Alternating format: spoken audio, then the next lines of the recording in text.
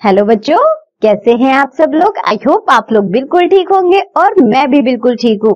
मैं हूँ आपकी हिंदी व्याकरण की टीचर। आज पढ़ेंगे बच्चों हम पाठ नंबर 8 जिसका नाम है वचन यानी नंबर। तो चलिए पढ़ना शुरू करते हैं। वचन का सामान्य प्रचलित अर्थ कथन है। व्याकरण में वचन का अर्थ संख्या से होता है। व्याकरण में वचन से विकारी शब्दों की संख्या का पता चलता है, लेकिन वचन से केवल एक या अनेक होने का बोध होता है। इससे किसी निश्चित संख्या का पता नहीं चलता। जैसे चित्रों के माध्यम से समझिए। चलिए यहाँ चित्र दिए गए, हम उनके नीचे लिखे वाक्य पढ़ते हैं और समझते हैं। सड़क पर कुत्ता भौंक रहा था। तो बच्चों आप जैसा कि चित्र में भी देख पा रहे हैं, एक कुत्ता है, सड़क पर कुत्ता भौंक रहा था। हमें सीधा सीधा पता चल रहा है कोई एक कुत्ता भौंक रहा था। सड़क पर कुत्ते भौंक रहे थे। तो बच्चों एक से अधिक है यहाँ पर कुत्ते, हमें चित्र में दिए गए हैं 2 कुत्ते हैं। 2 की जगह ये 3 भी हो सकते हैं क्योंकि सड़क पर कुत्ते भौंक रहे थे। बच्चों वचन यानी वो होते हैं जो हमें संख्या का बोध कराते हैं। आपको एक वचन एक संख्या का बोध कराएगा, एक से अधिक जब संख्या होगी तो वहां बहुवचन होगा। चलिए देखते हैं किस तरह।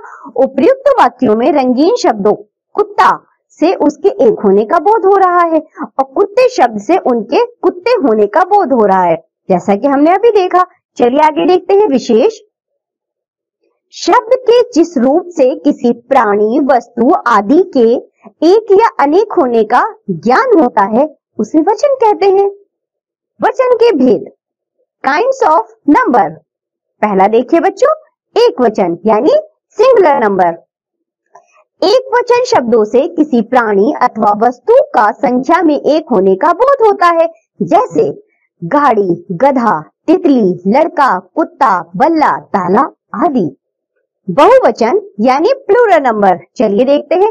बहुवचन से किसी वस्तु अथवा प्राणी की एक से अनेक संख्या का बोध होता है, जैसे गाड़ियां, गधे, तितलियां, लड़के, कुत्ते, बल्ले, ताले आदि। बच्चों यहाँ चित्र दिए गए, आप उन्हें देखिए। गाड़ियां, गधे, लड़के, ताले। तो बच्चों आपको चित्र से भी पता चल रहा है और बोलने के शब्दों से भी पता चल रहा है ये क्या है, ये सब बहुवचन है, यानी कि एक से ज्यादा संख्या का बोध करा रहे हैं। चलिए आगे बढ़ते हैं। अब करने की बारी। Now let's do. निम्नलिखित शब्दों के वचन लिखिए। Right the number of the following words. बच्चों पहला शब्द देखिए क्या है, खाट। तो बच्चों खाट का बहुवचन क्या होगा, खाट का बहुवचन होगा खाटे। दूसरा देखिए बच्चों क्या है, लिपियां। लिपियां बच्चों बहुवचन है तो इसका एक वचन क्या होगा, लिपि। इसी तरह बच्चों और भी शब्द दिए गए हैं। आपको एक वचन है तो बहुवचन में लिखना है, बहुवचन है तो आपको एक वचन में लिखना है। बच्चों आगे देखिए। कोष्ठक में दिए गए शब्दों के वचन बदलकर वाक्यों को पुनः लिखिए। Rewrite the following sentences by changing the number of the words given in brackets। बच्चों देखिए पहला वाक्य, मेहमान आ गए हैं फर्श पर दरिया बिछाओ। क्योंकि दरी हमें दिया गया है, हमने इसका वचन बदल दिया। इसी तरह बच्चों और भी वाक्य दिए गए हैं जो कोष्ठक में शब्द है, आप उनका वचन बदलकर वहां लिख देंगे। चलिए आगे बढ़ते हैं। एक वचन से बहुवचन बनाने के नियम, rules of making plural from singulars. चलिए देखते हैं नियम। पुल्लिंग शब्दों का बहुवचन बनाना। पुल्लिंग शब्दों के अंत में आए आ को ए करके, जैसे देखते हैं किस तरह एक वचन से बहुवचन बनते हैं। हफ्ता, हफ्ते, बेटा, बेटे, बूढ़ा, बूढ़े, नाला, नाले, बकरा, बकरे, बच्चा, बच्चे, कमरा, कमरे, चीता, चीते, चश्मा, चश्मे, ताला, ताले, सपना, सपने, लड़का, लड़के। चलिए बच्चों आगे बढ़ते हैं। अब देखते हैं हम विशेष। संस्कृत शब्दों के पुल्लिंग शब्दों में आ का ए नहीं होता, जैसे क्रेता, भ्राता, योद्धा, राजा आदि। बच्चों ये जो विशेष है आप इन नियमों को याद रखेंगे। चलिए आगे पढ़ते हैं। कुछ पुल्लिंग शब्द जिनके अंत में अ, ई तथा उ होता है उनका बहुवचन बनाते समय रूप नहीं बदलता।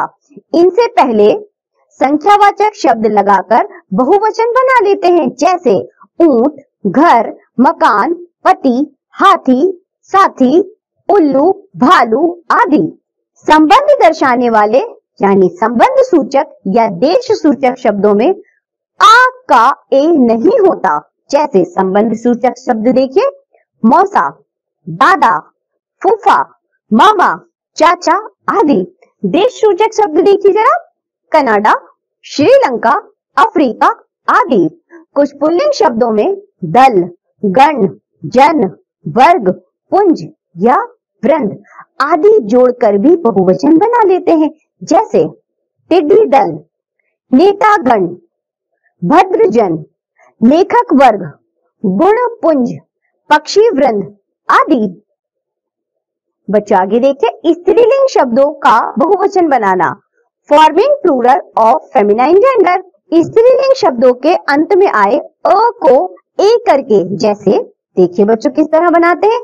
भैंस, भैंसें, आंख, आंखें, गाय, गायें, चादर, चादरें, मेज, मेजें, खबर, खबरें, पुस्तक, पुस्तकें, कलम, कलमें, पतंग, पतंगे, कमीज, कमीजें, बस, बसें, बात, बातें, फसल, फसलें, सड़क, सड़कें, बाह, बाहें।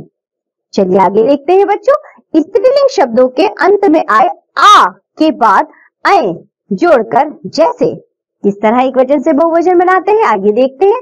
यात्रा, यात्राएं, कन्या, कन्याएं, महिला, महिलाएं, कामना, कामनाएं, दिशा, दिशाएं, छात्रा, छात्राएं, कथा, कथाएं, रचना, रचनाएं, कला, कलाएं, भाषा, भाषाएं, शाखा, शाखाएं, घटा, घटाएं। चलिए आगे बढ़ते हैं बच्चों। स्त्रीलिंग शब्दों के अंत में आए ई या ई को इया करके तथा अंतिम दीर्घ स्वर को ह्रस्व करके, जैसे देखिए बच्चों किस तरह। रीति, रीतियां, शक्ति, शक्तियां, मिठाई, मिठाइयां, शहनाई, शहनाइयां, दवाई, दवाइयां, बकरी, बकरियां, लड़की, लड़कियां, रोटी, रोटियां, रानी, रानियां, गली, गलियां, विधि, विधियां, नारी, नारियां। आगे देखिए बच्चों, स्त्रीलिंग शब्दों के अंत में उ के बाद ऐ करके तथा अंतिम दीर्घ स्वर को ह्रस्व करके, जैसे देखते हैं एक वचन से बहुवचन में किस तरह परिवर्तित होंगे। धातु, धातुएं, वधु, वधुएं, वस्तु, वस्तुएं, धेनु, धेनुएं, ऋतु, ऋतुएं, गौ, गौएं। आगे देखिए बच्चों, स्त्रीलिंग शब्दों के अंत में आए या को या करके, जैसे किस तरह एक वचन से बहुवचन बनाएंगे। कुटिया, कुटिया, चुहिया, चुहिया, बुढ़िया, बुढ़िया, गुड़िया, गुड़िया, पुड़िया, पुड़िया, खटिया, खटिया, चिड़िया, चिड़िया, बिटिया, बिटिया, डिबिया, डिबिया। विशेष पढ़ते हैं बच्चों। पदार्थवाचक संज्ञाएं सदैव एक वचन में प्रयुक्त होती हैं, जैसे तेल, घी, दही, जल, दूध, चाय आदि। ये सदैव बच्चों एक वचन में प्रयुक्त होती हैं। कुछ शब्द सदैव एक वचन में प्रयुक्त होते हैं, जैसे जल, वर्षा, जनता, सत्य, आकाश, क्रोध, झूठ, प्रेम, क्षमा आदि। कुछ शब्द सदैव बहुवचन में प्रयोग होते हैं, जैसे प्राण, समाचार, होश, आंसू, केश, दर्शन, हस्ताक्षर, लोक आदि। उदाहरण देखिए बच्चों जरा। अपने पुत्र राम के वियोग में दशरथ के प्राण निकल गए। बच्चों जो पहला उदाहरण पढ़ा है, अपने पुत्र राम के वियोग में दशरथ के प्राण निकल गए, बहुवचन में। दूसरा उदाहरण देखिए, टीवी पर समाचार आ रहे थे, तो समाचार सदैव बच्चों बहुवचन में प्रयुक्त होगा। शेर देखकर विनीता के होश उड़ गए, भारत के मैच जीतने पर उसके आंसू निकल गए, तो बच्चों इसमें होश और आंसू बहुवचन रहेंगे सदैव। चलिए आगे देखते हैं। कभी कभी स्वयं को बड़ा दर्शाने के लिए एक वचन मैं के बदले बहुवचन हम का प्रयोग किया जाता है, जैसे हम जा रहे हैं। तो बच्चों ये पाठ यहाँ समाप्त होता है। आज हमने जो भी पढ़ा आप उसका रिवीजन करेंगे। अब हम मिलेंगे आपसे अगली कक्षा में, तब तक के लिए बाय।